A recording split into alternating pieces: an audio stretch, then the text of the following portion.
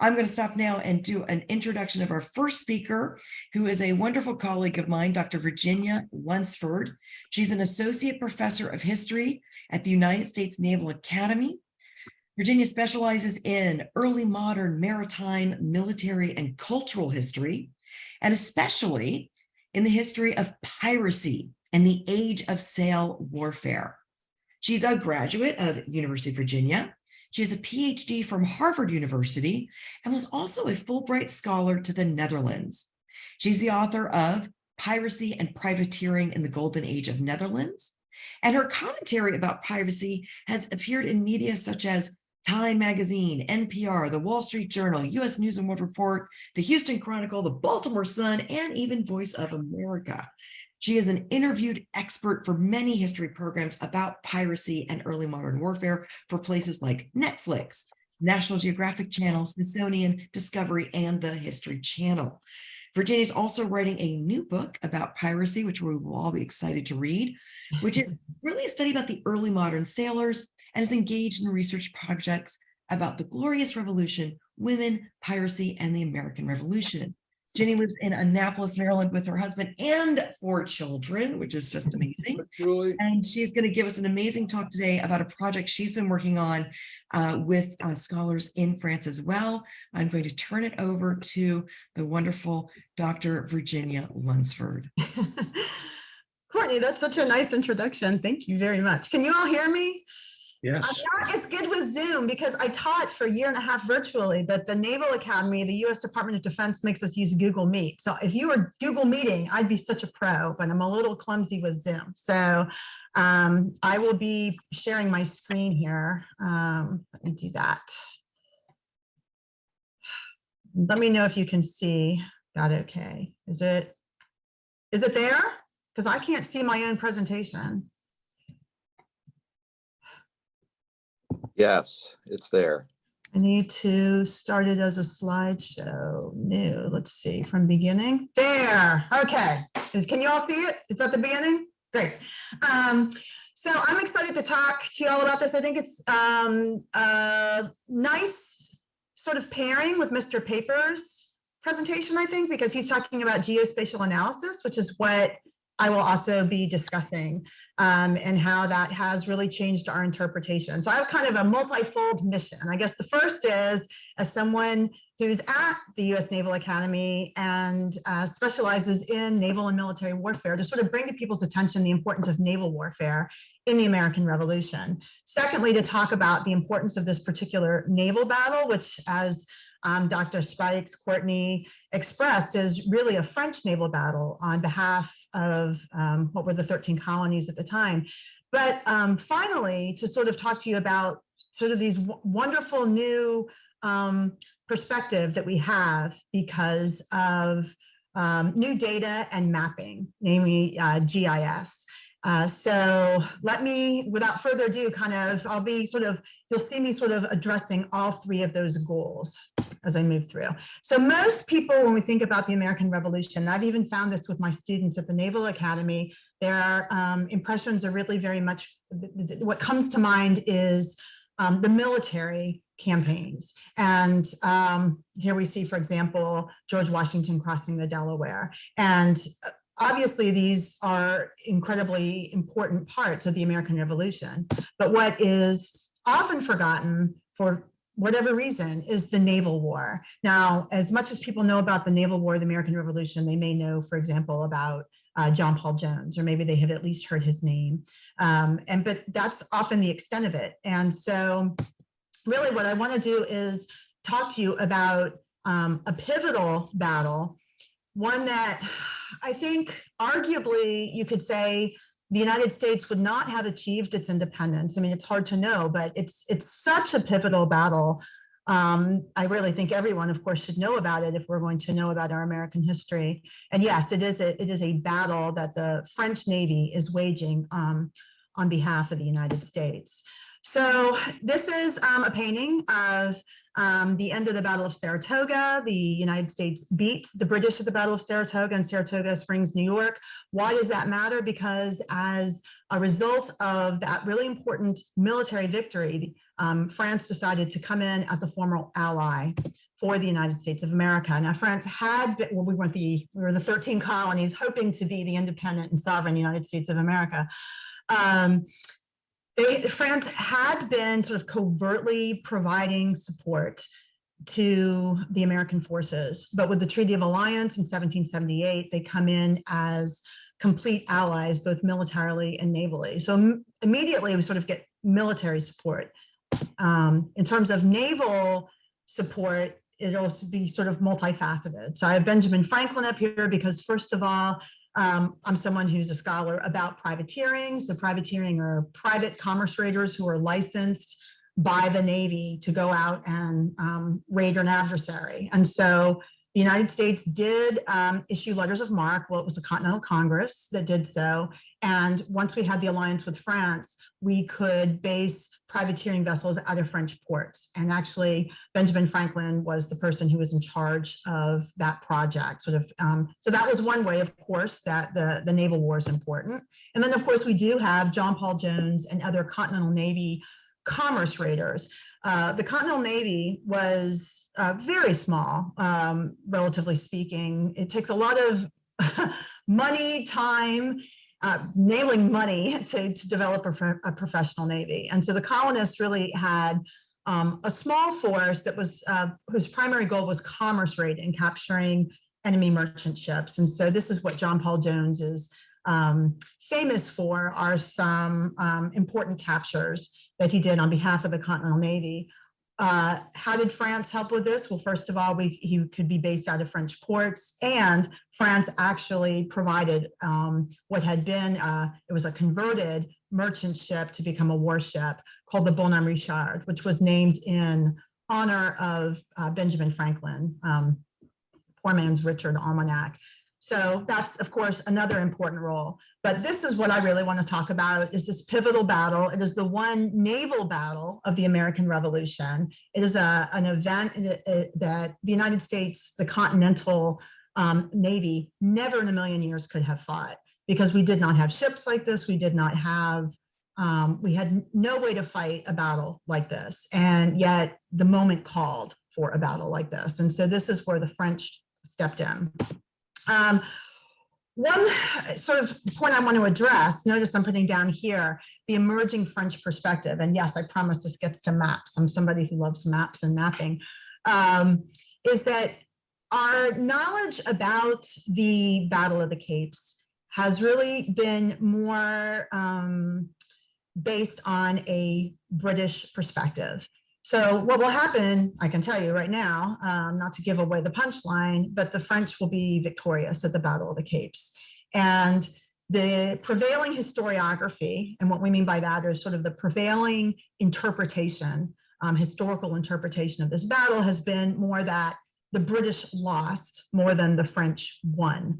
And that is based on just a number of factors. First of all, I guess for Americans, it's easier, of course, to read the British sources. There were some influential scholars in the 19th century, sort of later 19th century, beginning of the 20th century, who interpreted the battle as sort of Britain lost based on tactical decisions or misdecisions that they made. And there just haven't even been the source base we might have wanted always to hear about the French perspective. There were some memoirs that survived from officers who had participated in the battle, but of course they were written after the fact, and they didn't always give us as much information as we would have liked in the information that we had on the British side. So let me just quickly fill you in on what was at stake with this battle. I'm showing you where we're going to be talking about is Yorktown, Virginia, because the Battle of the Capes, it goes by both names, Battle of the Capes, Battle of the Chesapeake. So you'll hear me going back and forth. It is a battle that sets us up for the military Battle of Yorktown, which is a very famous battle. If you know anything about the American Revolution or you visit national park sites, Yorktown's a big one. So here, where you see it marked on the map, we're going down to the Chesapeake Bay. I live in Annapolis, Maryland, so we live near the Chesapeake Bay, but I'm more up here. So we're going down to the very mouth of it. there's a map for you all. Isn't that beautiful? And so Yorktown is right here. Now, one thing I want you to notice is sort of the landscape here that we're dealing with peninsulas here. This is the northern neck and the middle peninsula. And then this is the one we're talking about here, where all the action will be taking place in terms of the Battle of Yorktown. And then in terms of the waters and the Battle of the Chesapeake, it'll be here, some in here, and then the actual battle out here. All right. So one thing I want you to notice, this is actually comes from, forget, some sort of park site. I just found it online. It's a nice map, actually, and it's showing the siege of Yorktown, because the Battle of Yorktown, in fact, was actually just one moment that was part of about a 3-week siege. But I want you to notice that the French just don't get the star billing that they should here. This is what I'm talking about, how we need to change this. Look at this, elements of the French Navy controlling the Chesapeake Bay. Well, yeah, they're doing a lot more than controlling it. They're really like going after the British hard. So I'm going to change your minds about this. All right, so here is our man of the hour. This is Admiral de Grasse, who was in charge of the French fleet. You had a French fleet that had, I'm going to try to condense this as much as possible, but had been based down in the West Indies. The French had their own colonies in the Caribbean, the West Indies, and they could also sort of attack, the goal was attack English colonies in the West Indies, namely Jamaica, eventually, which they will get around to doing. But in the midst of all this, we have big things happening in the military war of the Revolution. So if you know anything about the American Revolution, here is the British General Cornwallis, who'd had a Southern strategy that had been quite successful. And this was the largest expeditionary force, essentially, that the British had. And you can see having success here south, and they get to Yorktown. And what they're supposed to do is sort of establish a place here close to the water where you can bring in British naval assets. And Cornwallis also needed to resupply and reprovision and everything else. So this is how he ends up in Yorktown.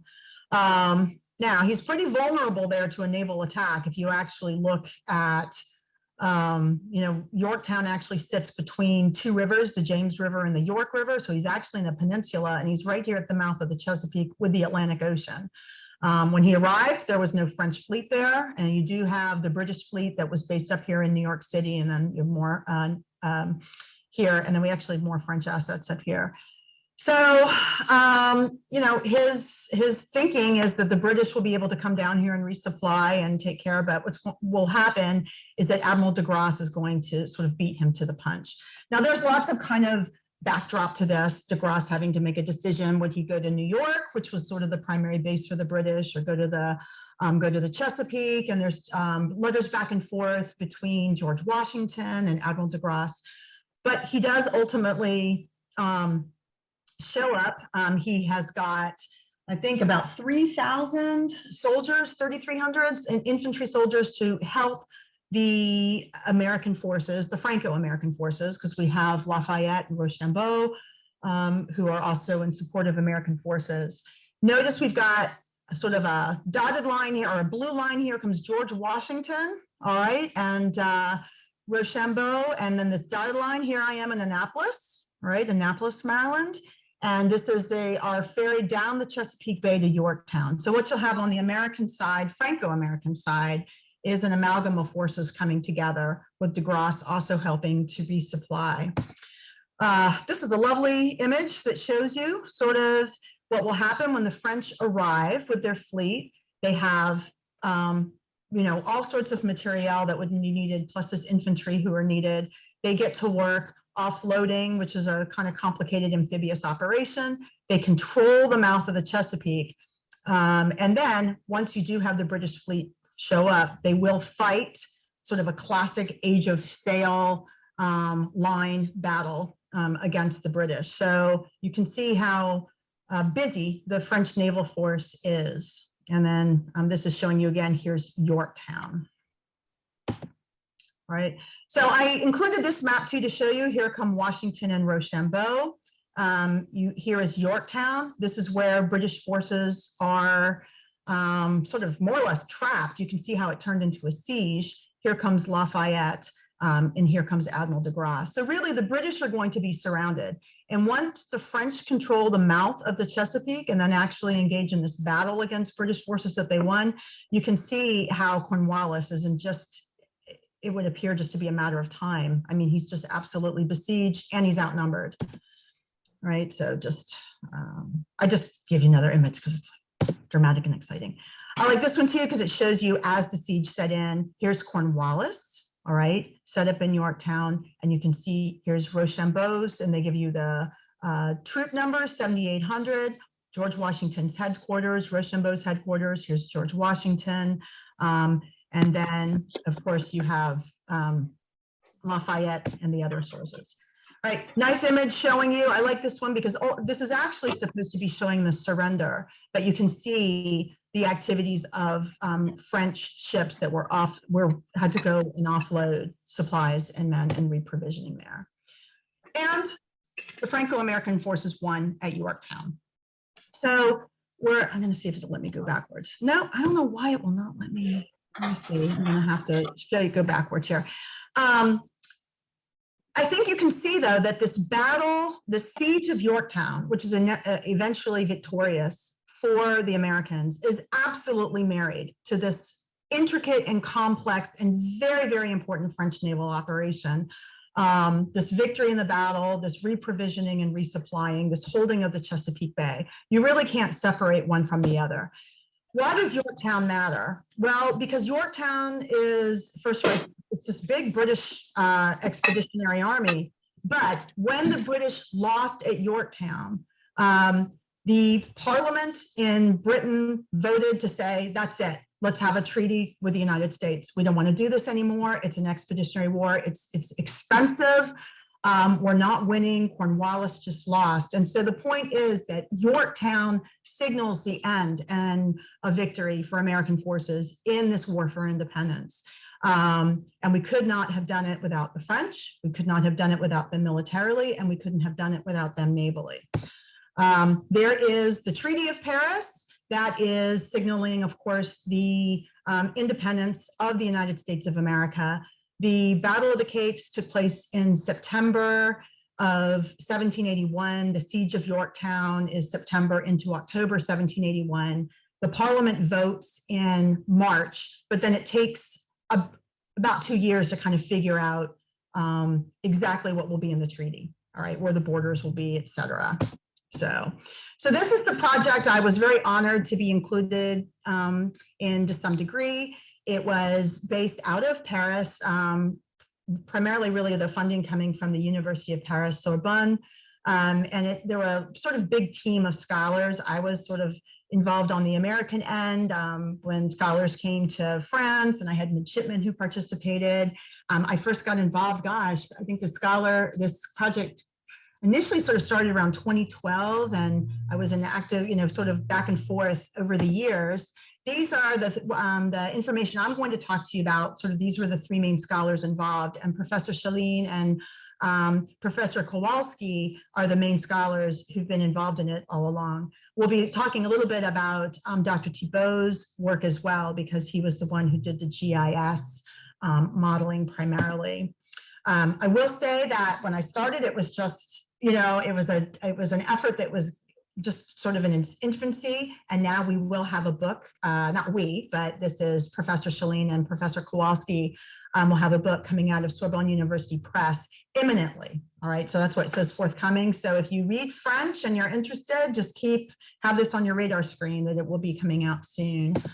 All right, so what happened with this project? Well, as you can see, this is a log, well, maybe you don't know, this is a logbook. And the short answer to all this is what's so exciting about this project was a rediscovery of the logbooks from Admiral de Grasse's fleet that fought at the Battle of the Capes and also did a subsequent battle in Jamaica afterward. No one knew that these survived.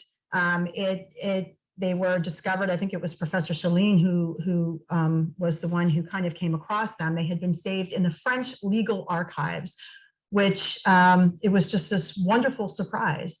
And it was actually sort of an embarrassment of riches. We go from having very little information about this naval battle to having a copious, a sort of overwhelming amount of information.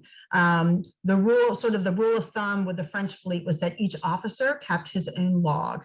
And so if you multiply that across the number of ships who were involved with this sort of big operation, that ends up being a lot of data. So you can imagine that this is showing you just one of the ships, the Auguste, taking all of that information and putting it into some sort of database that we could work with. So this was sort of a big data project for sure. And so I'm just sort of giving you a sense. Some of the logbooks were easier to read than others.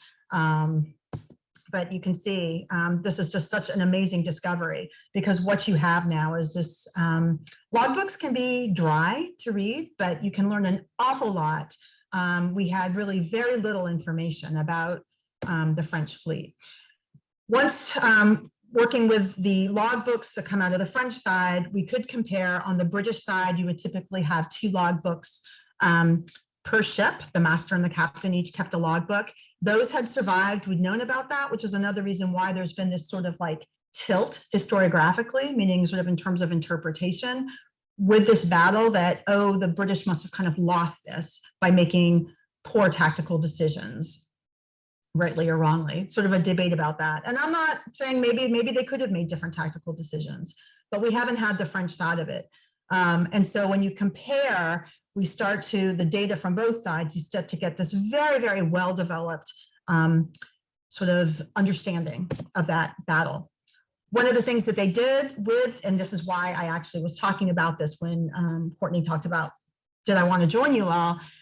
What was exciting is taking data that had been in the logbooks and being able to use GIS to actually place the location of the fleet, and namely the French ships, something that we had not known before.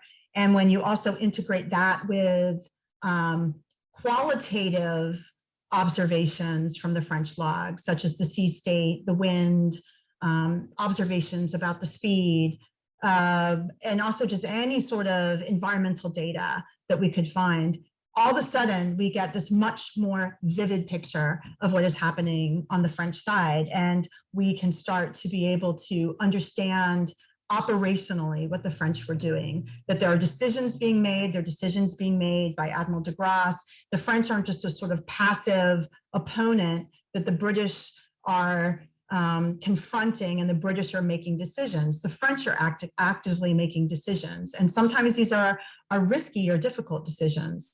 And so it makes for a much more interesting understanding of what is a really pivotal battle for the existence of the United States. And yes, I've already voted. So this all connects with like our independence and our right to do this, right? This is just one slide that gives you a sense of the movement of the French fleet as it went to the West Indies and went up to the Chesapeake, once you can use GIS. Now, you all are a pretty savvy map-loving group of people, so you probably know exactly what GIS is. It's a geographic information system, you know, a spatial system that enables us to sort of map data and analyze it. And so we could do this once we had this database. I'm just giving you a few screenshots. That is but one. I mean, there are thousands of pages, I mean, thousands and thousands. It's a big data project. And this is just a screenshot because actually there were many, many columns of information that do not fit on the screen. But you can see, for example, that we have observations of latitude and longitude being, these would be sort of your most reliable indicators for location, but as other columns had observations about, you know, the sea state, speed, weather, the wind, and all of that was integrated in order to, and this is a slide actually from French colleagues when they had sort of talked about the process of initially putting in, I used to use Microsoft Access as well as an original database. And that was a really laborious process. I had midshipmen who sort of helped a little bit with that process of entering data from those beautiful logs into just sort of a database system. And then ultimately making it so that we could sort of have a operational field, like a field that would have the geographical data and work with Google Earth and then be able to map all of this. And so again, there's just that slide. So what does that give us? It really gives us this emerging French perspective that we haven't had, and which I've just discussed with you. It's just absolutely eye-opening about such an event that's been so important in American history. It really revises our understanding of what Admiral de Grasse is doing, where he is, why they might be making the decisions that they're making, as opposed to just, again, like just sort of a passive French force that is confronting a British fleet that made mistakes. And so just sort of revising that to you again. This is showing you another, just a different engraving. This is from the Library of Congress, 1784, we think, showing the surrender of Cornwallis. And again, there is that Treaty of Paris. So really, I think it is not a stretch to say, I mean, I'm not someone who is really into counterfactual history saying, well, what would have happened if we hadn't had a victory at the Battle of Capes? I don't know. I mean, that's a big what if. The fact that we had this battle, and I say we, I mean, it's a French force. There were a few Americans involved, for example, serving as pilots. But it's really, it's very much a French naval effort, absolutely. And if they had not been victorious in this effort, you know, who knows what would have happened at Yorktown. And Yorktown was the key to the British finally saying, that's it, we won't do this anymore. So I don't think it's a stretch at all to say that the Battle of the Capes, the Battle of the Chesapeake, the French Navy and French naval operations were crucial, sort of the midwife to American independence. And so now I think I'm ready to take, I don't even know how long I spoke, but I think I took about 30 minutes. Did I kind of sort of come close with you all? And I'm ready for questions if you have them. I can answer them, because I say this was a team effort and I was but one member of a team. So I'll do the best I can. That was great, Jenny. Thank you so much. If you want to stop the share on your slides for now. Yeah. And then a couple of options. We have a few hands in the air. We have a question in the chat. So what I'll do is I'll go through the question that's in the chat because that was there first, and then we'll go to Ron and Nick.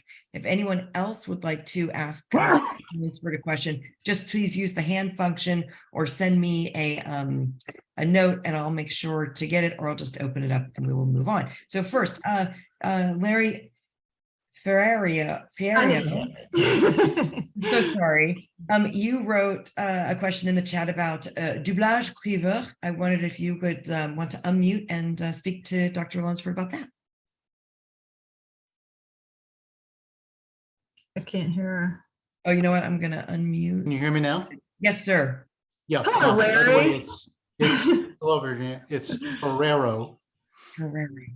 The older I get, the more I prefer it be pronounced the right way. My apologies, my sincere apologies. It's okay. The coppering, I'm very pleased to see it was part of the. I'm going to turn my camera on too. Very pleased to see it was part of the collection, because copper had been widely used only during the Revolutionary War for the first time, primarily by Britain.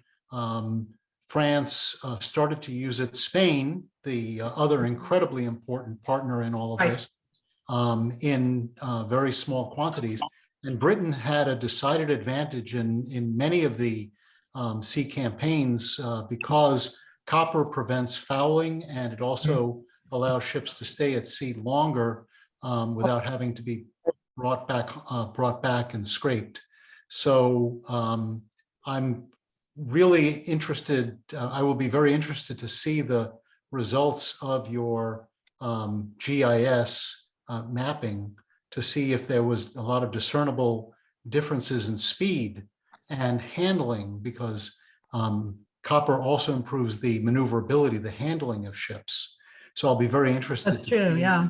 If the coppering had any discernible effects on the comportement, the handling of Yeah, the of the ships. operational, yeah, sort of.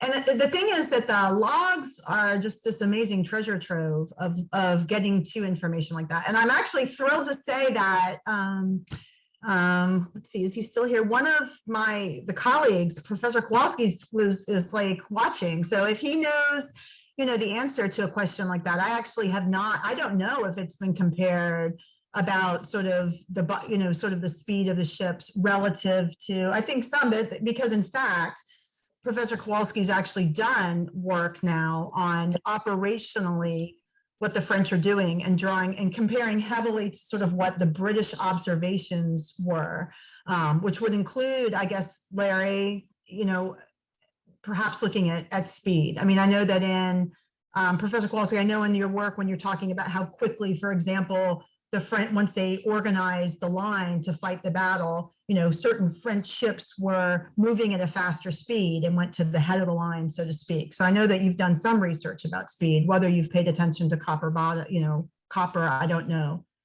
That's great. Thank you so much, Dinya. I'm going to turn it over now for a question from Ron Gibbs. Sure. Hi, Virginia. That was a marvelous perspective and just a wonderful presentation. Oh, thank you. I wonder if you could say a little bit more about the prevailing naval warfare tactics of the 18th century. I've read about crossing the T, and were the British and French naval tactics basically the same? In fact, there was one thing that was sort of a discussion about the tactics for the British is what were called the permanent fighting instructions that were in place until through this war. And with the permanent, I mean, if you look back in the presentation, you can see that in what's called a sort of a classic guerre d'escadre, like a fleet encounter. They would each make what's called a line of battle. And that's because these naval ships are the ones that fight in the line of battle typically will carry 74 cannon or more. And so it's artillery-based naval warfare, and they'll make a line so you have kind of a clear field of fire to go against your opponent, and the line is mutually supporting, and it's really imitating too linear formation tactics in military warfare as well, once you're bringing gunpowder weapons in. And the goal is to sort of be shooting at each other with the artillery. Now, they can get more closely engaged, and that's when you can bring in, for example, Marines who would get up and become snipers and maybe try to take out your officers. But in general, it's going to be kind of artillery versus artillery. And the British did have a major difference with the French at this point. The British had what were called fighting instructions from the Admiralty that told them they could not break that line of battle.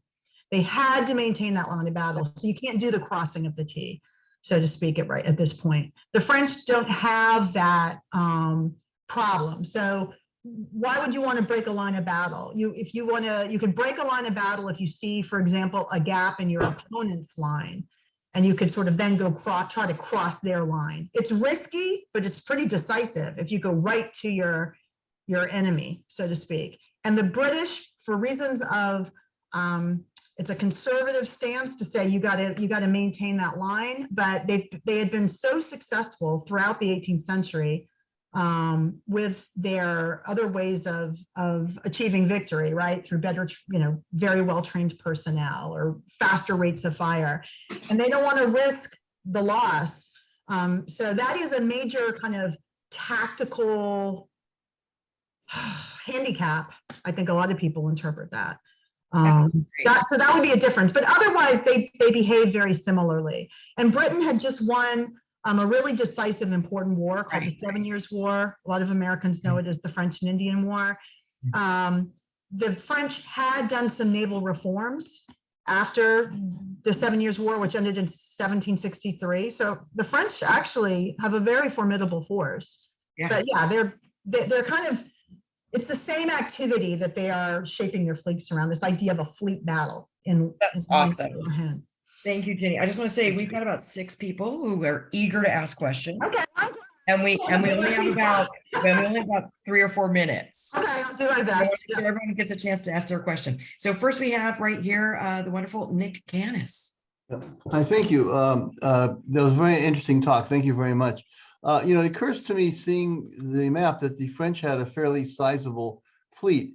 and that came from France. And I'm wondering what was going on in the old country. Did the British try and stop the fleet close to France? Did they fight each other there? What was happening to allow this fleet to assemble, maybe unmarked? Well, as Dr. Farrar pointed out too, I mean, this is actually, for Americans, this is a war of independence. It's the Revolutionary War. But it's actually a global, it's a global war. I mean, it's a great power war because you had France come in 1778 against Britain, but you also had Spain allied with France, who came in 1779, and actually the Netherlands in 1780. And so what Spain and France are also, what France is trying to do is recapture Gibraltar and Minorca. So you do have naval operations that are going on in the Mediterranean. You have naval operations that are going on in the West Indies and the Caribbean. The major military focus would be in North America in the 13 colonies. And so the British are actually, the Royal Navy was the biggest navy individually, but when you combined the French and Spanish naval assets, they actually have more than the British. And so it becomes this kind of game of chess, if you will, that the British we Americans are very focused on what we were trying to do. And it's easier for the British, it's an expeditionary war, which is always harder, right? We're like, have the home field advantage, so to speak.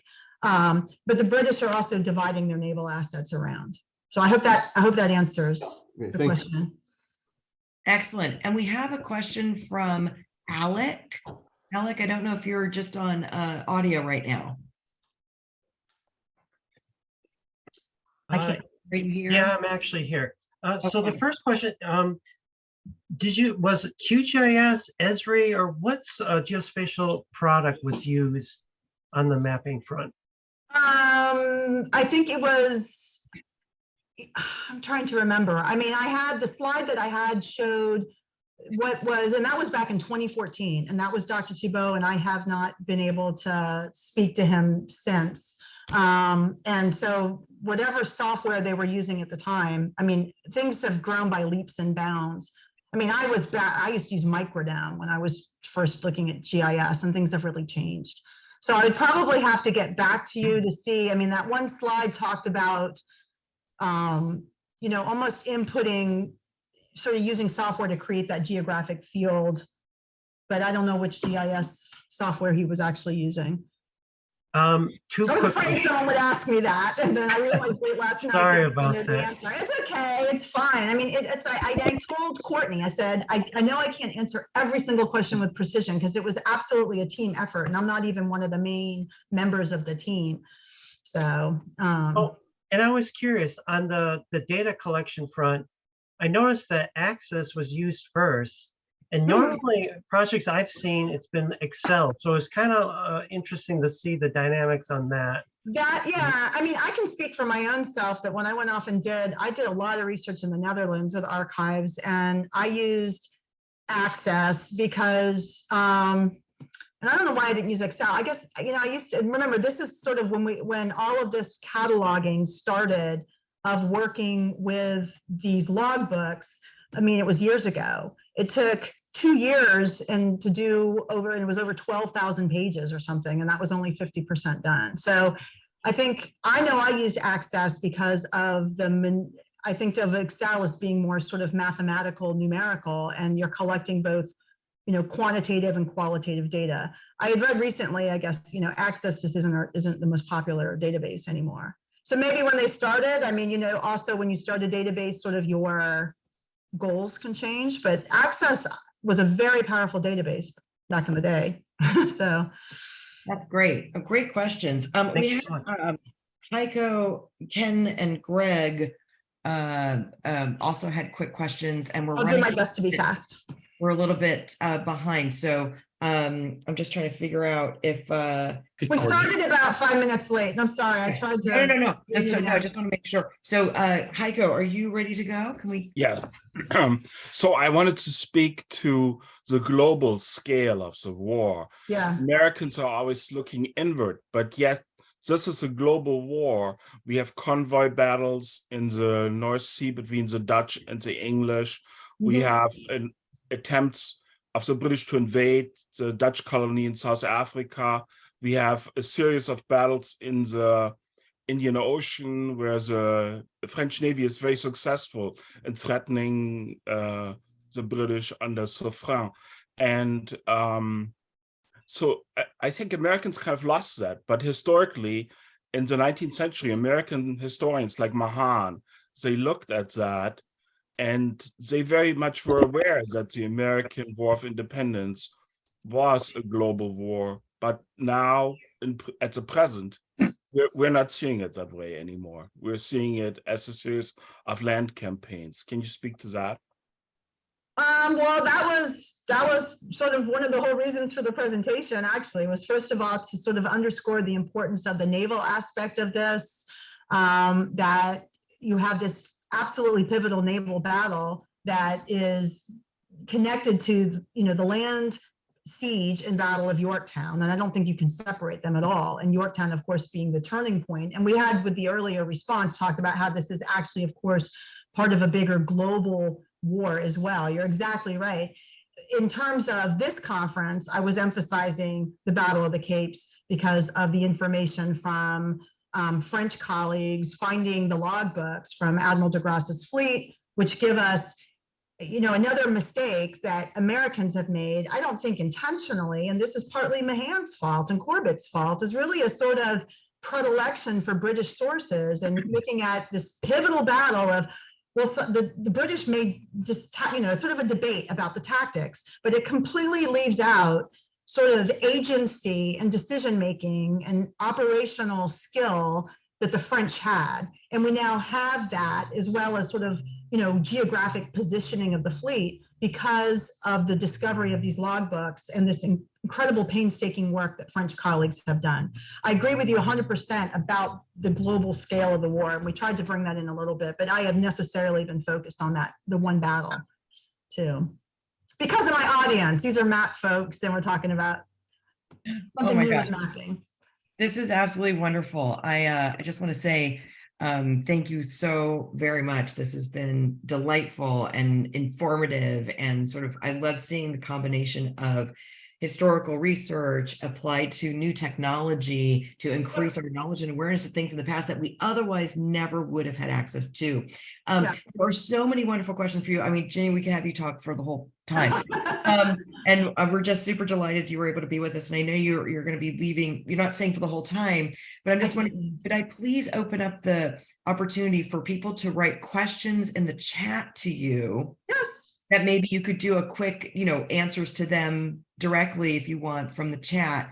And then that way people can sort of get some of their information assessed, or if it's okay, if you want to share your email address, and people could email you if they wanted to follow up with anything.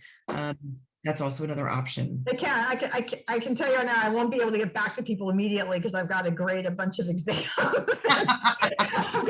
The Naval Academy, he tells me I gotta, we put in interim grades in 12 weeks, and mine are due on Tuesday. So, but like eventually. Yeah. Okay, fabulous. So we'll do that. So if you have more questions, I know Ken, you were patiently waiting, Greg and Jean-Marie, maybe put those into the chat to everybody, and Dr. Lunsford could try to get to them. And then, oh my gosh, I'm just having a little. So just look at chat. Yeah, that'll be perfect. All righty. And then we will send, I will post Dr. Lunsford's email address at the Naval Academy. She will get back to you eventually. She's got a lot of grading coming up. It's week 12, but I just wanted to note, we do have someone here whose grandson is applying to the Naval Academy. So I'm going to do an email introduction for the two of you. Okay. Thank you very much. I was on the board of admissions for 5 years, so I know all about that too. Fabulous. Well, we appreciate you very much, Dr. Lunsford. Thank you so much. And we're going to transition now to our next speaker. Thank you.